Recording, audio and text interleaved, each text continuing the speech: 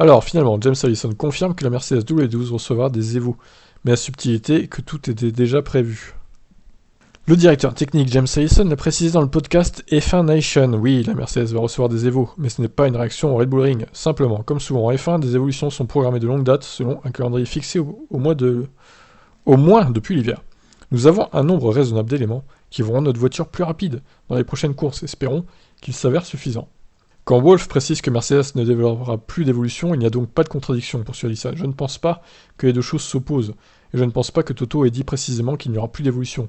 Ce que Toto souligne, c'est que les règles de l'année prochaine sont une affaire importante et épineuse, et qu'elles exigent une énorme quantité d'attention de notre part. La plupart des efforts de l'usine ont donc porté sur l'année prochaine, sur la découverte de la performance pour l'année prochaine, mais cela ne veut pas dire qu'il n'y a pas de choses qui sont encore dans la chaîne de production avec ce changement d'objectif. Ces Evo, répète-t-il, ne sont donc pas une réponse aux doutes et aux critiques émises par Hamilton sur le manque d'évolution de Brackley par rapport à Hamilton Keynes. Hamilton veut conduire une voiture qui lui permette de montrer son talent, mais il est absolument brillant pour nous dans ces circonstances parce qu'il est tellement concentré sur la victoire et les championnats que sa réaction à une situation comme celle-ci est juste de contribuer 2 fois plus aux performances de l'équipe. Il est long l'article. Il était dans notre usine à faire beaucoup de tours de simulateur la semaine dernière et il est aussi engagé que n'importe qui pour s'assurer que nous trouvions les progrès dont nous avons besoin pour être en mesure de mettre la pression sur Red Bull. Je pense que vous le voyez à son meilleur niveau. Et l'ironie du sort est que Mercedes devrait recevoir des améliorations au niveau du moteur, alors même qu'Hamilton a dénoncé des gains peut-être illégaux de Honda, en raison du gel moteur. Les seules évolutions permises étant la fiabilité, cela devrait en réalité permettre au V6 allemand de tourner plus fort, plus longtemps. Et de plus, nous ne sommes qu'une des 2 usines, il y a aussi l'usine de l'unité de puissance, et il y a un peu plus à venir de l'unité de puissance également. Attention à ce que ça entache pas la fiabilité par contre, les gars. Il y a donc encore quelques changements aérodynamiques, un peu d'éléments sur l'unité de puissance que nous espérons sur la délivrance de la puissance et sur quelques petites choses qui ne sont pas aussi bien en ordre que nous le souhaiterions. Et nous avons encore la possibilité de les corriger pendant que cette saison est encore très vivante et chaude.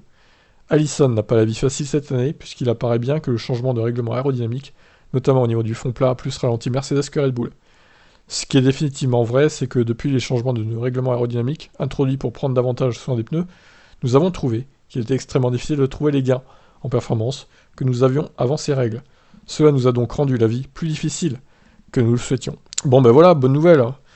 Ils vont quand même ramener des Evo qui étaient prévus de base chez Mercedes, donc ils vont pas en développer des nouvelles. Si celle-là marche pas par contre, j'imagine que ça sera jusqu'à... Alors, ça va s'étaler jusqu'à quel Grand Prix, ça c'est la question qu'on peut se poser.